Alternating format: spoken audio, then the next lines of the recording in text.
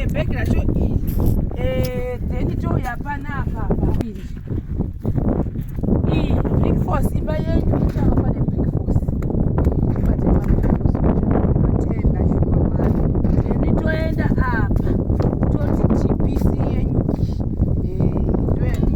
change chivakisa kuti imba yenyu inge ichita zvakanaka mozviona imba ivo tati itwe zvakanaka semunhu haatambudzika nekutenderera mudzimba umu muchiti mukamboita pambobva moita pambobva moita pambobva mochiva nepei yakasiwa ndinotenda Mwari nebasa randaitirwa we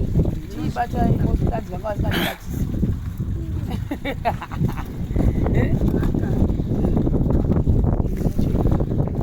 hamozviona ndinotenda Mwari idzi dzida kutengera iwodzi saka izvozvi apa kuchitira mozviona kusire kwakuti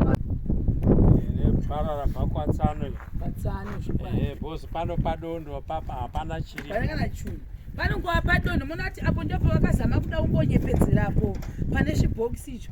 asi izvozvi kutaa kwatiri kuti kutoti ndofunga ka kicheni yedu plaki wagadzira kicheni kumusoro uko ndokwaagadzira ikoko ndofunga motoriwo mumunda mevanhu handizi kuti varidzi vacho varipo here kuda vacho vachichimanyisa handimazviona because hapana kana muti wokupepesheti saka kutongodi kutongouya makusenseni nemota dzedu kudai vanhu vovakaopedza kwakututirana nezvinhu zvedu zvakare kwakuinda nekuti hapana kana pekusiya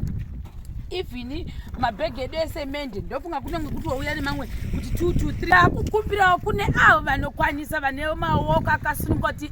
chirega tibatsire madha ava zvokwadi mutoro wava nawo hauna kumira kwazvo tiri panhau yekuti vanga vachibatsirika pamwe nemapamba ekuti murume wavo ange achizobatsirikana pane kuti vatsvake madheni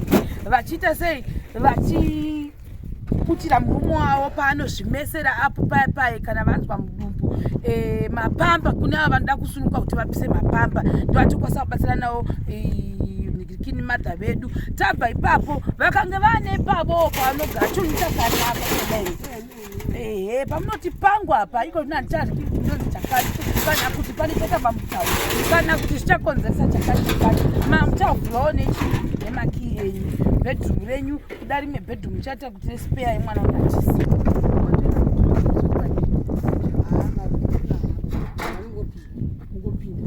asi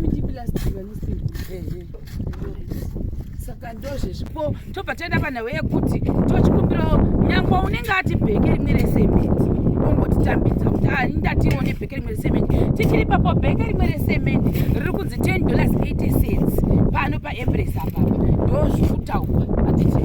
saka mabheke asara ari kudiwa i22 saka ati1 rangu iri zvinoita kuti basa redu rireruke madpc mamwe taanawo kana achikwedza vanozokwedzerwa mamwe acho $2.50 mamwe mabrickforce anzi $2 asi chimwe chinhu chandoona chakanyanya kukosha pano mazenge zvakare kuti anonetsa kuti angachiungana mazenge ari kudiwa pamudhuri wedu i10 ari 10 kudero rimwe akasiyana siyana asi ratiri kuratidza kuti ndofungana tichatora pano ndori kunzi $12 ema$14 anozotigombera pano topopinda pane $12 ayaya handiti ndo anenge ari nane pane mamwe akangodero but hatizonyanyi kumapara katanyanya kuti ari beba tizoda nozodaiwo tasei kuti marangu kwazvina titi saka I think we'll do ema$12 saka tikaonawo iwaye ari 10 that's 120 foekera matanda aya anoshandiswa kuti tinge ma115 handisati ndakwanisa kumabvunza tatamani handiti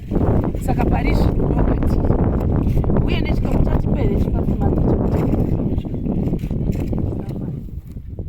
ndokumbira vakamubatsirawo mabhiridha pachikafu zvese nesimende yachona hapatorina saka mubvunzo wangu madha kunogara murume wenyu kure vachafamba sei kuti mangwana vagokuonawo kana kuti muchaita sei havatomunga kuseni vachitofamba vamwe vanosvika kunobva kuma7 apo mamune mama mutsangu vai vanomuka zvekuseni kuma6 vane votoswera nezvezvozvozvikaziva havasi munhu anoda mabedrest iri kusoro